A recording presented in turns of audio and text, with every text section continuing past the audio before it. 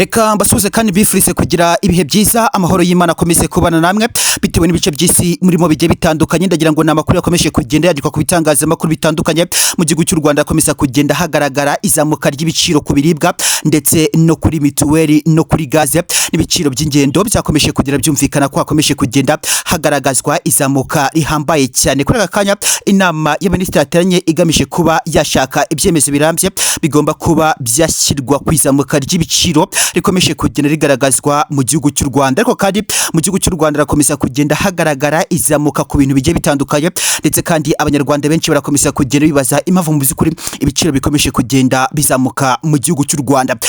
Byose ndagira ngo tubirebere hamwe ko bikomeza kugenda bivugwa ku bitangazamakuru ndetse no ku nyandiko zakomeje kugenda zandikwa. Inama y'abaminisitiri ndetse n'ibyemezo byakomeje kugenda bifatirwa muri village urugwiro mu nyubako ifatirwamo ibyemezo bya nyuma by'abaminisitiri. Byose ndagira ngo mu by'ukuri mbagezeho aya makuru yakomeje kugenda atangazwa, ariko kandi n'amakuru meza cyane n'amakuru yakomeje kugenda agaragazwa. Igihugu cy'u Rwanda gihanganye n'izamuka ry'ibiciro ku isoko ry'umurimo. Biragaragazwa ko byanga byakunda abaturage bagomba kuba bahabwa ibyemezo cyangwa se imyanzuro ya nyuma yaturutse muri iyi nama. Ngiye kuba nakugezaho kuri bimwe mu byakomeje kugenda bifatirwa abaminisitiri bateranye. Perezida yakomeje kugenda agaragaza umuhate no kuba bashaka ibyemezo bya nyuma birambye bigomba kuba byahabwa abaturage b'u Rwanda, kubera ko barakomeza kugenda basaba leta y'u Rwanda kuba yabitaho. Ni inama y'abaminisitiri yateranye ku itariki 4 z'ukwezi kwa 4 2026 igamije kuba yafata ibyemezo n'imyanzuro igomba kuba yahabwa abaturarwanda. Mu karyo ibiciro ku isoko mpuzamahanga harakomeza kugenda hagaragazwa ibibazo bigiye bitandukanye mu gihugu cy'u Rwanda.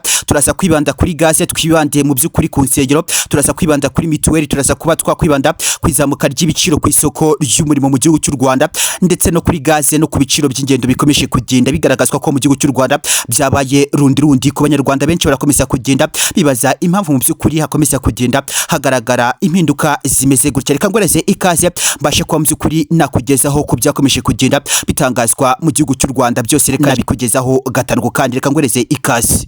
Nibyo koko ubuzima bwawe bwamaze kujya mu kangaratete bitewe nuko warozwe indwara z'amarozi zidakira, ugerageza kwivuza biranga burundu. Nta muganga n'umwe utigeze ushakiraho umuti ushaka gukira izi ndwara z'ibirozi warozwe bidakira, ariko byaranze burundu.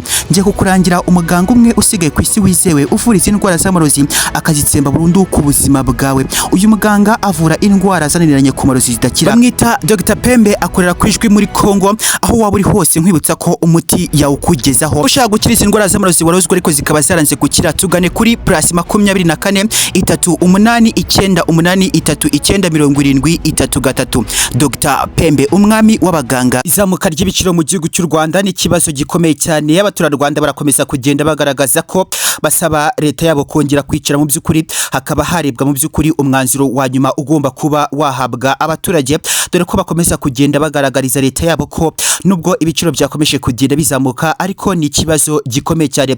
Leta yabo irakomeza kugenda igaragaza ko ibiciro nubwo byazamutse mu Rwanda, si u Rwanda gusa ibiciro bikomeje kugenda bizamukamo, abaturage bagomba kuba bakihangana. Mu gihe kandi leta ikomeje kugenda yihanganisha abaturage ibabwira ko ikirimo kuba yahangana n'intambara iri kubera mu burasirazuba bwo hagati. Ku izamuka ry'ibiciro mpuzamahanga bikomeje kugenda bigaragazwa n'ikibazo isi ihanganye nacyo. Ni mu gihe kandi akomeje kugenda hagaragazwa ko intambara iri guhuza Iran na Ukraine ndetse na Leta z'Ubumwe za Amerika mu burasirazuba bwo hagati harakomeza kugenda hagaragazwa intambara z'ibihugu by'ibihangange birimo kurwana, ariko kandi bikaza kuba byateza ingaruka zikomeye cyane isi yose. Isi ihanganye n'ikibazo gikomeje kugira kigaragazwa ku izamuka ry'ibiciro mpuzamahanga, bikandi bikaba byageze no mu gihugu cy'u Rwanda, nubwo atari u Rwanda gusa byagezeho gusa, ariko kandi ndagira ngo mbyukuri mbashe kuba nakugezaho ku byakomeje kugenda bitangazwa. Tugiye kuba twaganira ku nsengero ndetse tuganire kuri mituweli no kuri gaze n'ibiciro mpuzamahanga n'ibiciro by'ingendo. Reka mpere ku biciro by'ingendo nk'uko byakomeje kugira bitangazwa, ubundi nze nakomeza n'andi makuru nk'uko yakomeje kugenda yandikwa ku bitangazamakuru bigiye bitandukanye.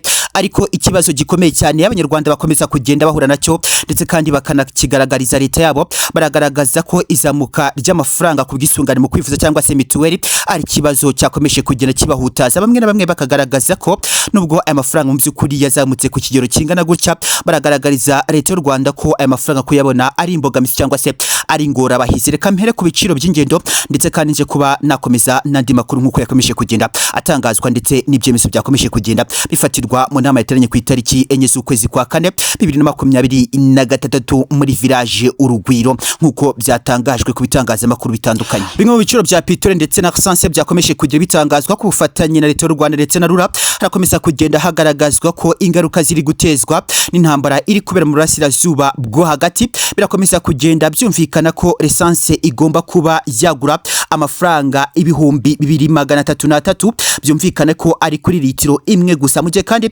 bikomeza kugira byumvikana ko mazitu igomba kuba yagura amafaranga y'u Rwanda agera ku 2205 kuri litiro gusa.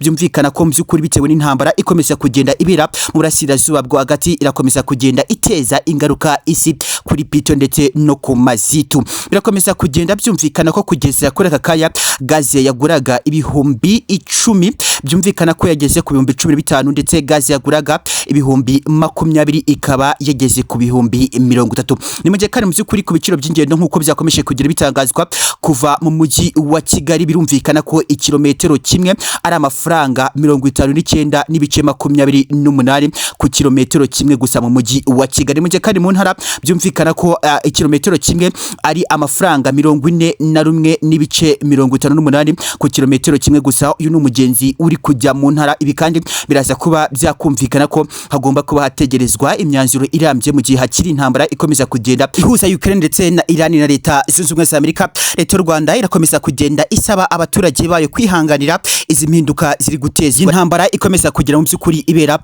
burasirazuba bwo hagati. Nkuko byakomeje kugenda bigaragazwa ibiciro by'ingendo ndagira ngo mwabyumvishe, ariko kandi harakomeza kugenda hagaragara izamuka ry'ibiciro ku biribwa. Abaturage bakibaza ese kubera iki mu byukuri ibiribwa byo byaje kuba byazamuka. Benshi bakibaza uti nimba mu byukuri kuri petrol no kuri essence byazamutse turabyumva kuko intambara iri kuba, ingomero za essence zaje kuba mu byukuri zafungwa, ariko ni gute ibimwe mu byo mu byukuri twihingira biza kuba byazamuka? Ugasanga abaturarwanda benshi barakomeza kugenda bagaragaza impamvu yumvikana, bakavuga uti ni kubera iki duhinga umuceri, duhinga inyanya, duhinga mu byukuri na bimwe mu bigiye bitandukanye ku biribwa, ariko kaza kuba wasanga birimo kuba byazamuka. Biraterwa n'iki ariko tubyihingira?